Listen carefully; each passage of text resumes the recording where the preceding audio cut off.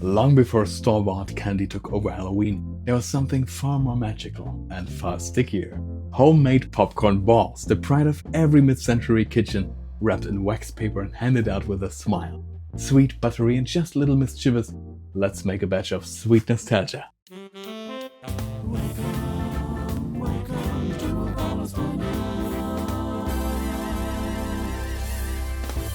Hello my friends and fellow Apollonians, welcome back to Apaulo's Diner. I'm your host Apollo Jupiter, and today we're making a treat that once filled mid-century kitchens with the smell of caramel and adventure. Popcorn balls. They've been around since the early 1900s, but by the 50s they were pure Halloween magic. Sweet, golden, and just a little playful. Let's get started! Time to pop a bowl of crisp fluffy corn. We're doing it the old-fashioned way, right on the stovetop. First, grab a big, heavy-bottomed pot and pour in about 2 tablespoons or about 30 milliliters of neutral oil. Something like vegetable or peanut oil works beautifully here. Drop in 3 or 4 kernels to start. There are our little scouts on the front line. Now, set the heat to medium-high. Cover with a lid. And wait for the first cheerful pop. That's your signal. Take the pot off the heat and pour in the rest. About half a cup or 100 grams of kernels, and give it a good swirl so everyone's coated and ready. Let it rest for about 30 seconds. That quick pause helps them heat evenly and keeps the mean burn monster at bay. Back on the stove. Keep the lid slightly ajar so steam can escape, and give the pot a gentle shake every 10 to 15 seconds, just enough to keep the kernels moving.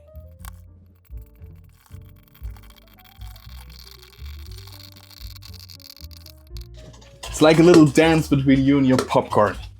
When the popping slows to about 1 pop every few seconds, you're there.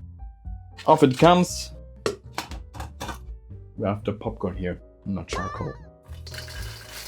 Pour it all into a large buttered bowl and pick out any unpopped rebels. What you've got now is pure popcorn perfection. Light, crisp, and ready for its caramel curtain call. Alright, time for a little caramel magic.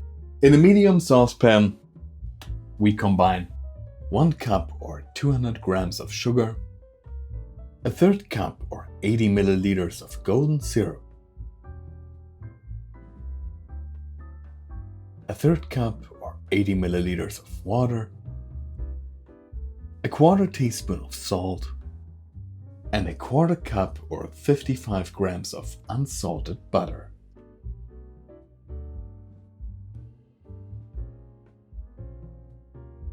Now we set it over medium heat and stir gently until everything melts together into a smooth, glossy mix.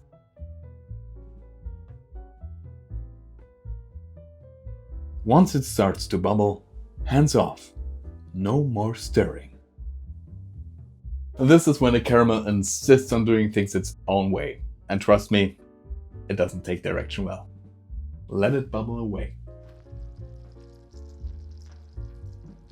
We let it simmer until it reaches what candy makers call the hardball stage. It's about 250 degrees Fahrenheit or 121 degrees Celsius.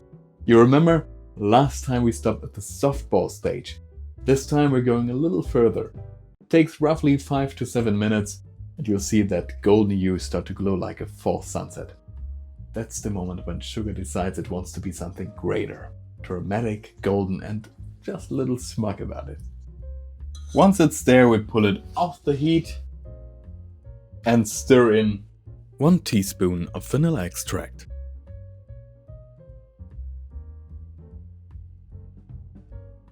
and if you're feeling festive, add a drop or 2 of food coloring of your choice, or like I'm doing, a pinch of cinnamon to bring in that cozy Halloween warmth. Now take a moment. Breathe it in, that sweet buttery aroma that's the scent of every mid-century kitchen just before trick-or-treat time. Pure nostalgia. Now comes the fun and sticky part.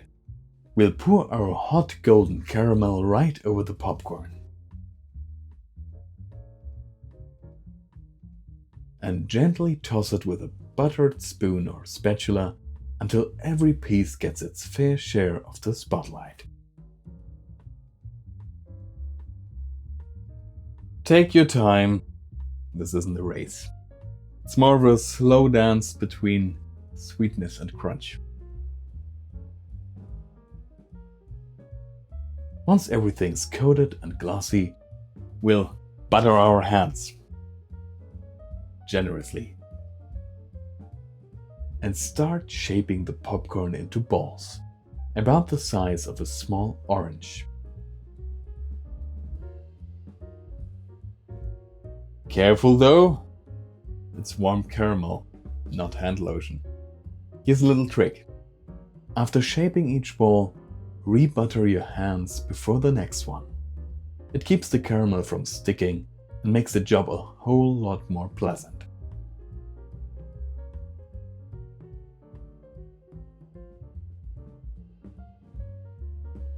We'll press them just firmly enough to hold their shape, but not so tight that we lose that beautiful airy crunch inside. And since it's Halloween, let's have a little fun. We can press in candy eyes,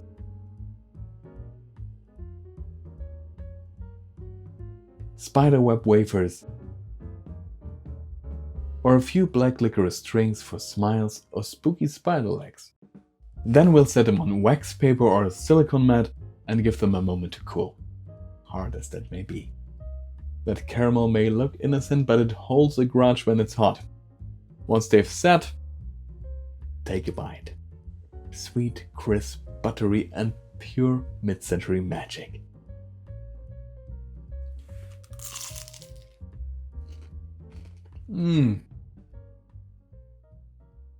Amazing.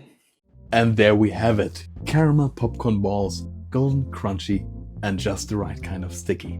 A sweet little piece of 1950s Halloween brought back to life.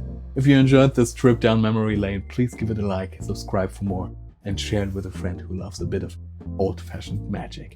And while you're here, check out this lovely content too. It's perfect for the season. Thank you so much for spending time with me here at Apaulo Diner, my dear friends and fellow Apollonians. Stay warm, stay creative, and may your Halloween be sweet and a little spooky.